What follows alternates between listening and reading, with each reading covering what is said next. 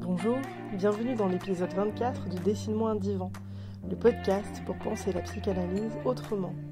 Je suis Candice Medina-Maro, créatrice de ce podcast, et je vous propose aujourd'hui de plonger dans une nouvelle thématique, secrets, énigmes, mythes et légendes familiales. Dans cet épisode, je vous invite à vous interroger avec moi sur ce qu'est un secret de famille. Vous êtes prêtes ? Vous êtes prêts ? L'aventure nous attend, c'est parti !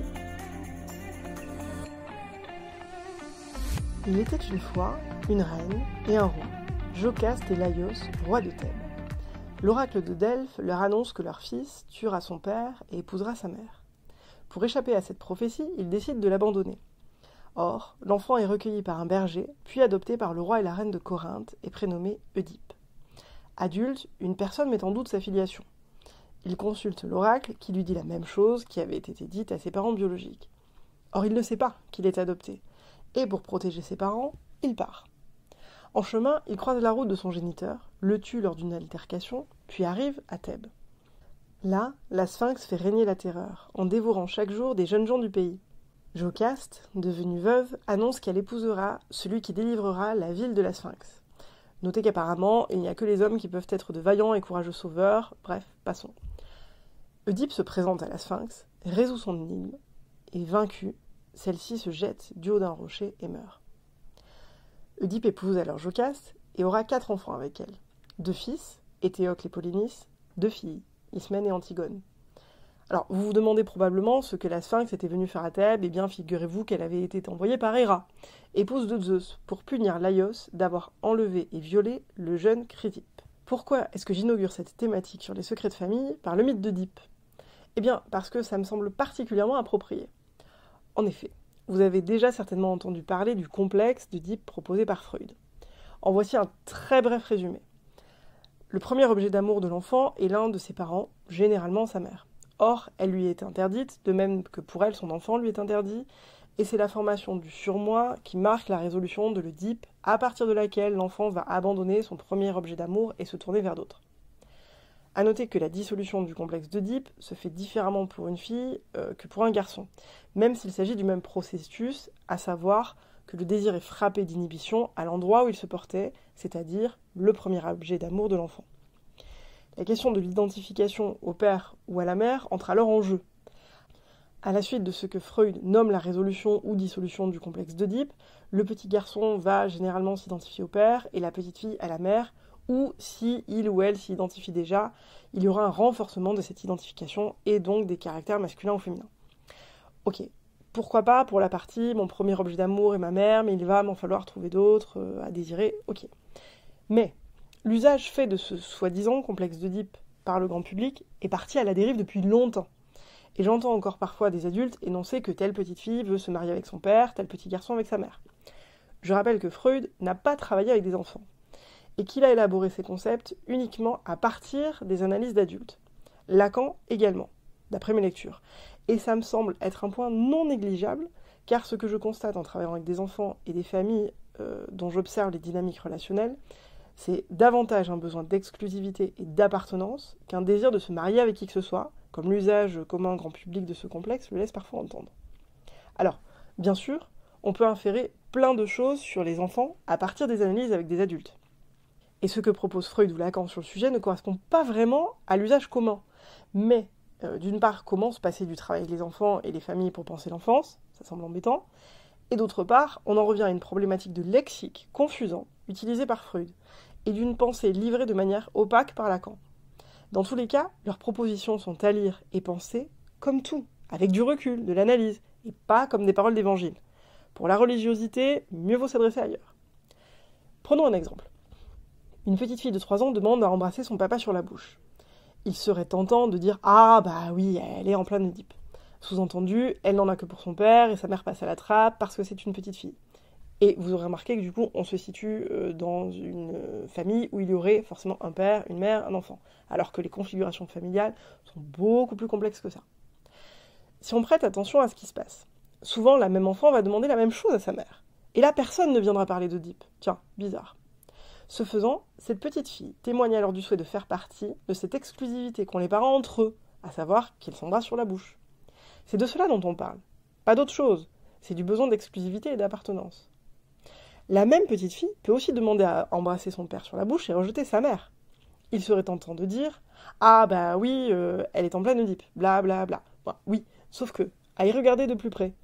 Tiens, sa mère est enceinte, ou vient d'avoir un bébé. Et cela témoigne peut-être davantage d'une manifestation de mécontentement vis-à-vis de sa mère d'avoir eu un autre enfant, que d'un souhait d'exclusivité avec le père.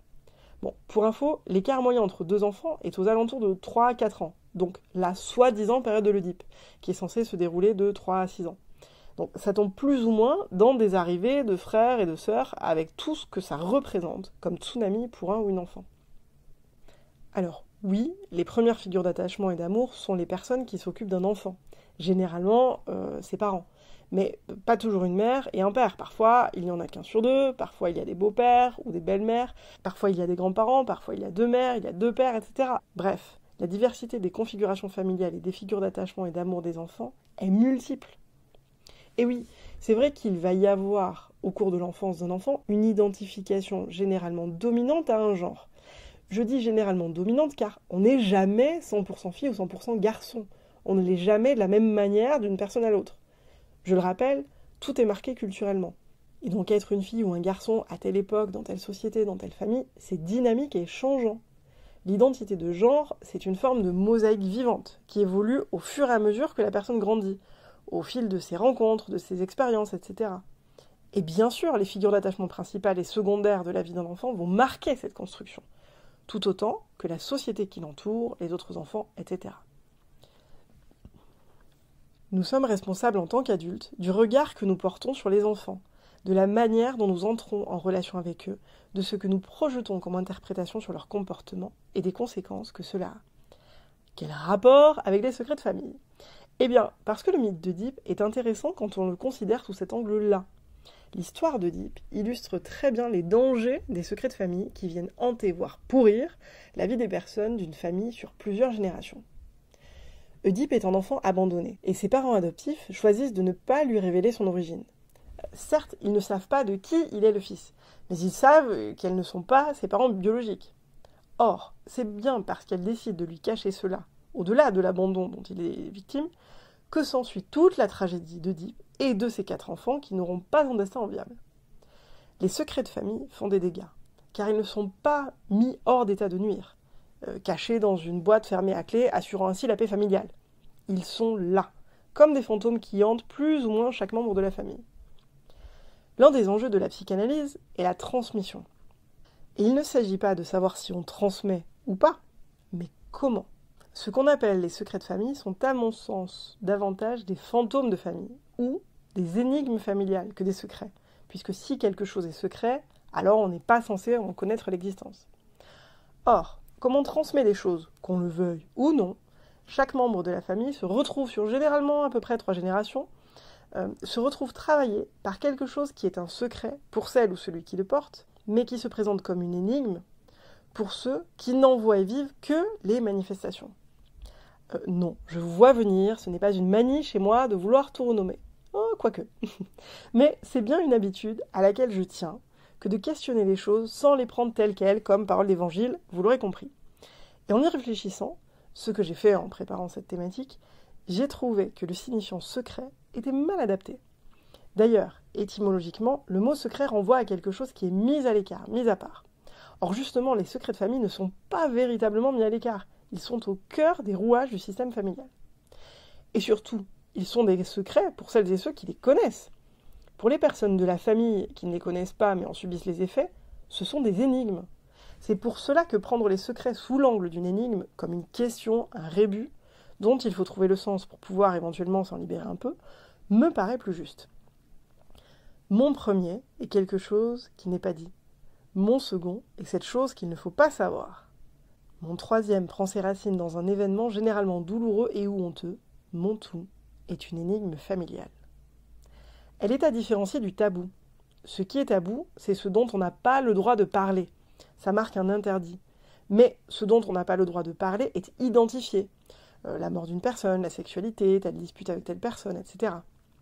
Alors que l'énigme, qui étymologiquement renvoie à une parole obscure et équivoque, car qu'on le veuille ou non, on en parle, on y réagit, on livre des informations, porte en elle le fait qu'on n'a pas la clé du mystère.